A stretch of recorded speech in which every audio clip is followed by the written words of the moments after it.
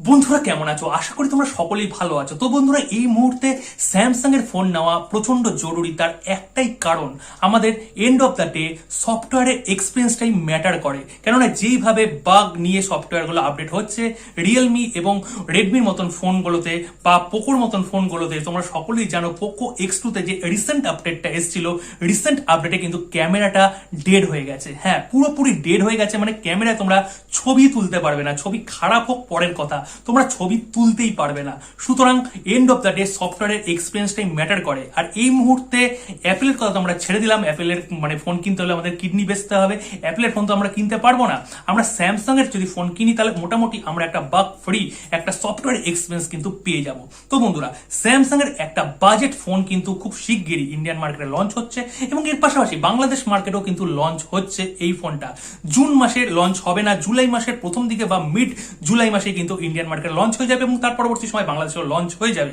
এটা কিন্তু স্যামসাং এর এফ সিরিজের F42। হ্যাঁ, F42 মানে F41 যেটা বেরিয়েছিল তার সাকসেসর হয়ে কিন্তু F42 আসছে এবং মোটামুটি একটা ব্যালেন্স স্পেসিফিকেশন দিচ্ছে কম বাজেটের মধ্যে।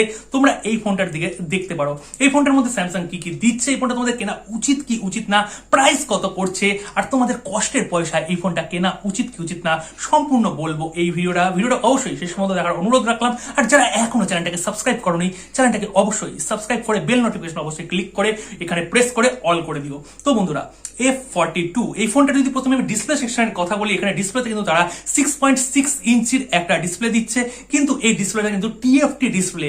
হ্যাঁ, এটা এলসিডি ডিসপ্লে না বা সুপার অ্যামোলেড ডিসপ্লে না, এটা একটা TFT ডিসপ্লে। এবং TFT ডিসপ্লে হলে কি হবে, এটা কিন্তু এলসিডি যে ডিসপ্লে আছে মানে আইপিএস যে ডিসপ্লে আছে, আইপিএস এর কিন্তু সমতুল্য ডিসপ্লে স্যামসাং দেয়। কেননা কোয়ালিটি ম্যাটার করে, কোয়ালিটি কিন্তু তারা মোটামুটি ভালোই দিয়ে দেয়। তো বন্ধুরা, এখানে যে ফুল এইচডি তোমরা যে ডিসপ্লেটা পাচ্ছ এটা কিন্তু 6.6 ইঞ্চির পাচ্ছ এবং এর মধ্যে অ্যাডেড ফিচার যেটা পাচ্ছ সেটা হচ্ছে 90 হার্জের রিফ্রেশ রেট স্যামসাং কিন্তু এখানে দিয়ে দিচ্ছে। এর পাশাপাশি যদি এই ফোনটার আমি ক্যামেরা সেকশনের কথা বলি, এখানে কিন্তু তিনটে ক্যামেরা ব্যাক পোর্শনে আমরা পেয়ে যাচ্ছি।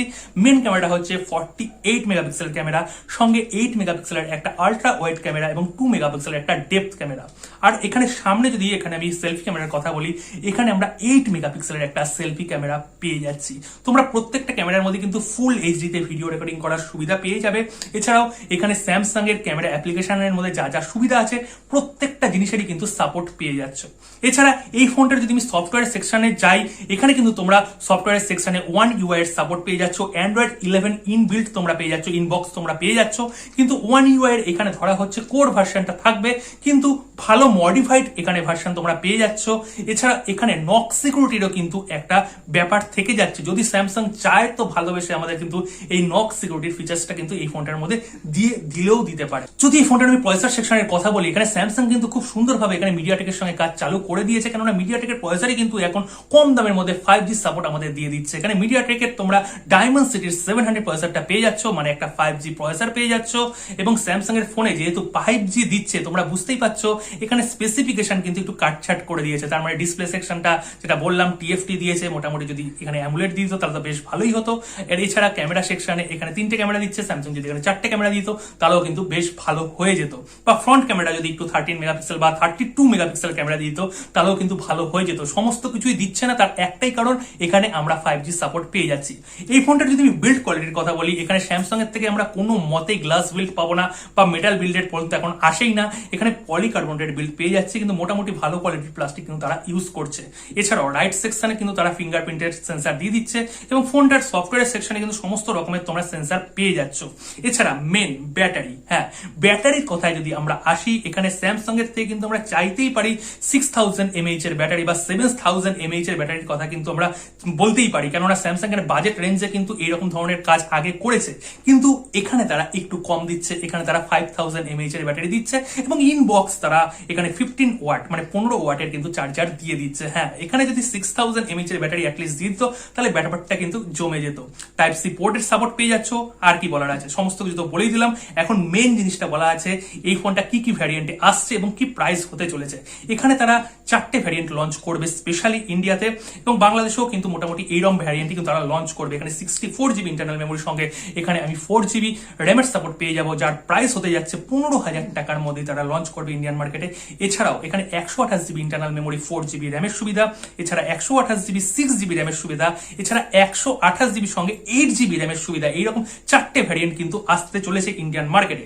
এবং বেস ভ্যারিয়েন্টটা যেহেতু ইন্ডিয়ান মার্কেটে 15,000 টাকার মধ্যে হচ্ছে, বাংলাদেশে যখন এই ফোনটা চলে যাবে, এই ফোনটার প্রাইস কিন্তু মোটামুটি 17 থেকে 18,000 টাকার মধ্যে বাংলাদেশ মার্কেটে থাকবে বেস ভ্যারিয়েন্টের প্রাইসটা।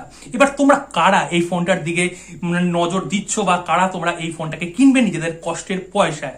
যারা মনে করছো প্রথম একটা স্যামসাং এর ফোনের এক্সপিরিয়েন্স নেবে, বা যারা চাইছো সফটওয়্যার এক্সপিরিয়েন্সটাই end of the day matter করে, সফটওয়্যারে একটা ভালো আমরা সফটওয়্যার এক্সপিরিয়েন্স চাই একটা ভালো ব্র্যান্ড কোম্পানির কাছ থেকে, এছাড়া ক্যামেরা আর প্রসেসর ভালো পাবো, 5G সাপোর্ট পাবো, তারা অবশ্যই এই ফোনটার দিকে যেতে পারো।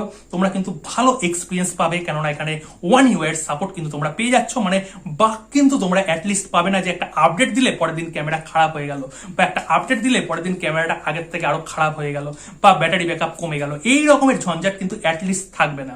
তোমরা এই ফোনটার দিকে যেতে পারো, আমার থেকে কিন্তু রিকমেন্ড আছে। তোমরা যারা ভাবছো এই রকম ধরনের একটা স্পেসিফিকেশনের ফোন কিনবে, তোমরা অবশ্যই এই ফোনটার দিকে যেতে পারো।